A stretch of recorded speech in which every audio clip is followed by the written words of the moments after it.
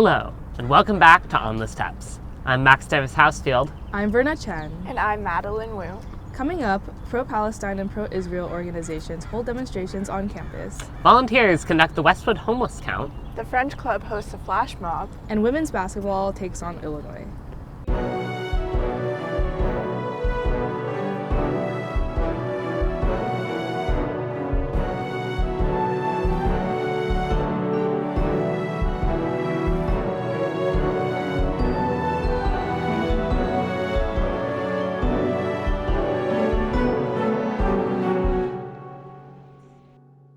Last Tuesday, several pro-Palestine groups gathered in Dixon Plaza to urge the university to reinstate its chapters of Students for Justice in Palestine and its graduate counterparts. Protesters also called for divestment from companies associated with the Israeli military. Chancellor Frank suspended SJP following a protest in front of the home of UC Regent Jay Chavez on February 5th. Protesters left red handprints on his garage and allegedly harassed his family. The Israeli military launched an invasion of the Gaza Strip following Palestinian political party and militant group Hamas's October 7, 2023 attacks on Israel, which killed around 1,200 people, according to the Associated Press. The campaign has killed over 48,000 Palestinians, according to the Gaza Health Ministry.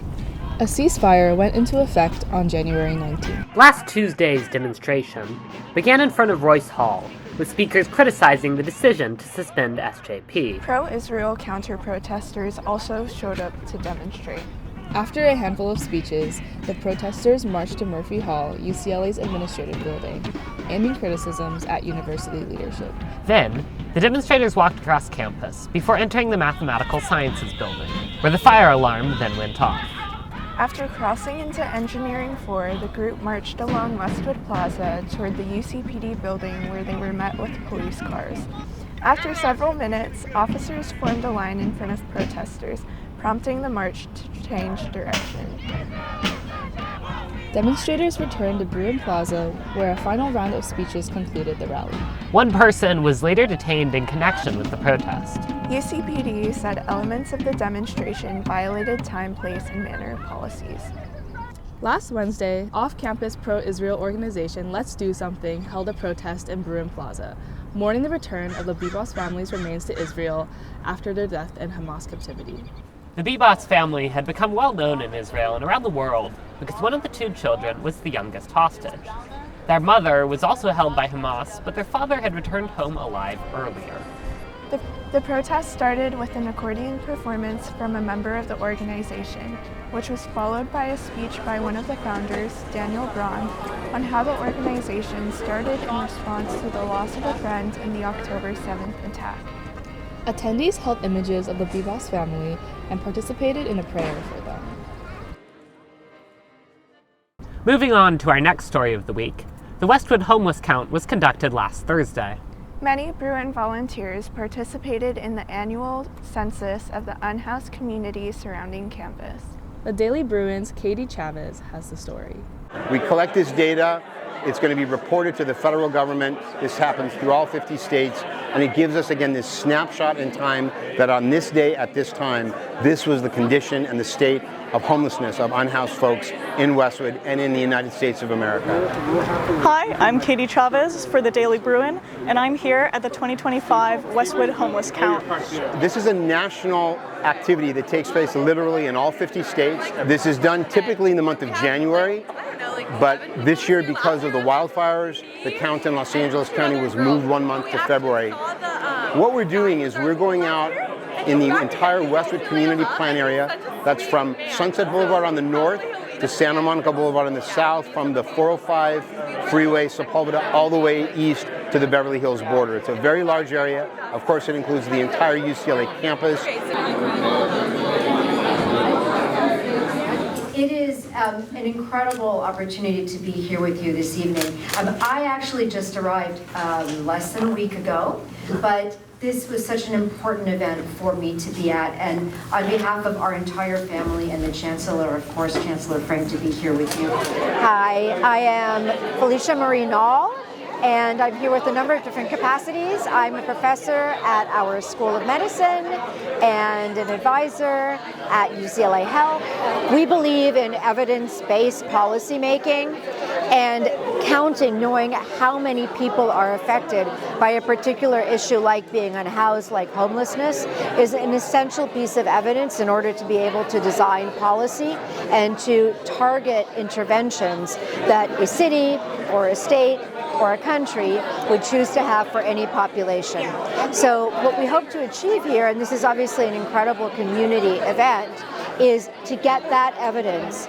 For our students, it's a way of helping them to understand, yes, a project that improves community well-being and health, but also I think how important it is to gather evidence for policy making, and that's an educational tool. I'm the secretary of the North Westwood Neighborhood Council. This is important to treat our unhoused neighbors as part of our community. I've done a few counts over the city, but this one's always happening. I first started chairing the homeless count in 2009. Our community council was approached and somebody said, we need someone to lead this effort. So I raised my hand. And I will tell you that if 16 years ago you would have told me that in 2025 we would still be doing this, I would have not wanted to believe you, because I would have wanted to think that in 16 years we had made significant progress and we wouldn't need to do this. But here we are. And of course, the wildfires of a month ago created an entirely new group of thousands of newly unhoused folks whose homes literally burned to the ground. What we're doing, what we have been doing, the billions of dollars we've been spending somehow is not reducing this problem. And maybe we need a rethink and a new or a different approach. Last Wednesday, the on-campus French club, Le Cercle Francophone, hosted a flash mob in Bruin Plaza. Yeah, the two instructors were the French pair, Lucie Domenac and Lou Aublanc, who both participated in the last Olympics opening ceremony in Paris. Daily Bruin reporter Luca Falvo visited the event and has the scoop. Today, I'm here at Bruin Plaza, and the UCLA French Club is putting on a flash mob. So we are here to do a big flash mob with the UCLA students. And, we are part of the highly selective program which is called Villa Albertine. The music is amazing, it's going to be amazing. It was made by a very cool compositor, French composer also, and its name is Guillaume Herman Bérébi.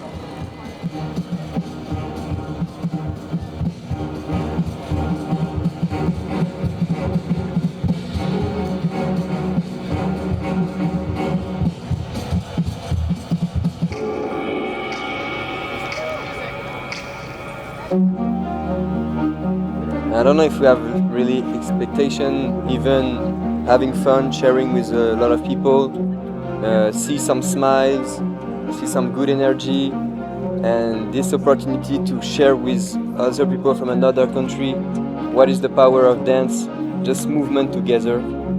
Yeah, and to create a special moment that everybody, like anyone, is not used to. So we just decided to work together. Initially it started off as a guest speaker event, but later it turned into, something more vibrant and exciting, a flash mob on campus. And especially we've never had like a flash mob dance event with French Club. We just thought it would be really pioneering and exciting to have one on campus. So this quarter we started working with Lucie and Lou, who are the professional dancers that were leading the flash mob. They reached out to us because they're starting their career here at LA, and they felt like UCLA is a really vibrant environment to, spread their work and bring happiness to our campus.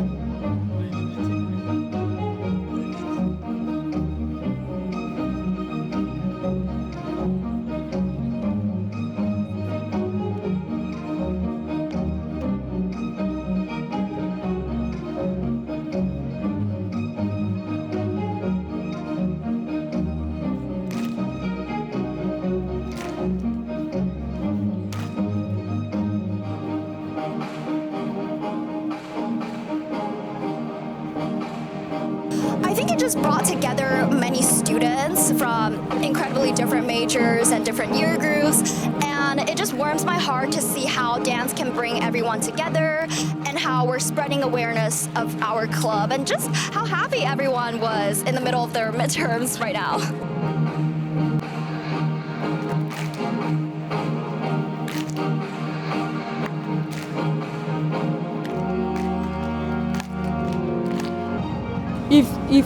If someone like later, like in 10 years could say like, oh yeah, remember I did a flash mob at UCLA, it was so cool with those French guys, like this would already be something, you know?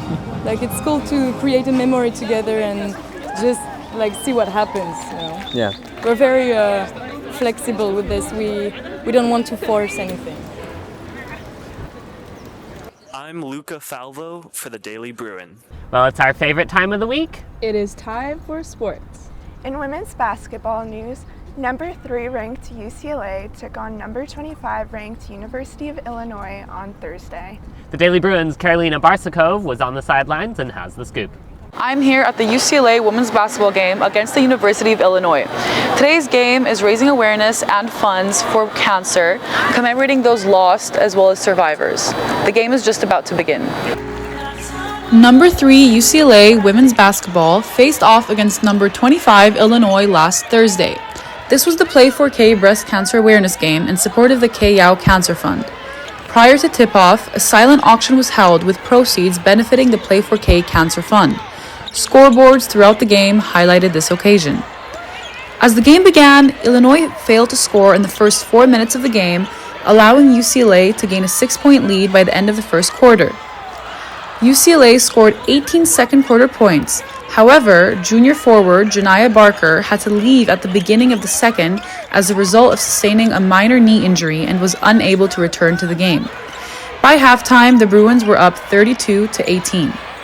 Lauren Betts led points for UCLA by scoring 12 of their first half points and scoring 10 in the second half. In the third quarter, Illinois outscored UCLA 21-11, leaving the Bruins with only a 4-point lead. UCLA guard Kiki Rice helped hold the Bruins' lead in the fourth quarter, scoring an overall of 16 points for the Bruins over the course of the game. UCLA women's basketball triumphed over Illinois with an overall score of 70-55. It's sort of a weird dichotomy I'm feeling right now. On the one hand, I'm really proud that they found a way, and this time of year it's about finding a way to get 2 top 25 wins and to grind it out and to have missing pieces and find ways to adjust and do things that lead to winning. And we did enough of those things to lead to winning.